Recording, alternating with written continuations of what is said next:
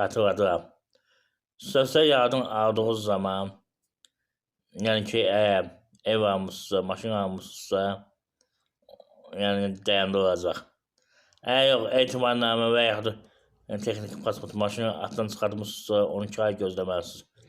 Eyni zamanda ev almışsınızsa, belə deyək də, hörmətli izləyicilər, yəni 12 ay müalicə edə bilməzsiniz.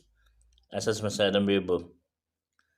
Yəni, orada nübasəyə məsələ onunla əsaslandırılır ki, belə dediyim kimi, 3420 manatdan yuxarı gəliriniz varsa, yəni minimum ehtiyac məyanı 12 misli qədər gəliriniz varsa, o halda dayandırmalıdır.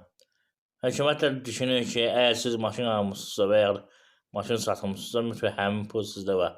Və yaxud da ev almışsınızsa, ev satmışsınızsa, hörmətli izləyicilər, nəzərə alın. Amma mən belə düşünmürəm. Ona görə ki, bu belə deyək də, vəsait yolunu almış evdə ola bilər. Hədiyyə yolunu almış evdə ola bilər.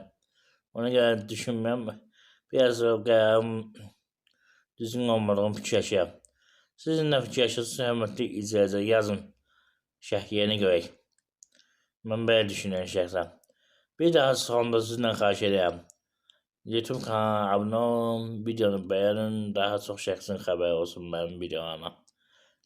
Heç olmasa dediyim kimi, belə deyək də, pulsuz məsləhət alsınızsa, ödəniş öyrənmişsinizsə, onun faydasını mənə YouTube versin.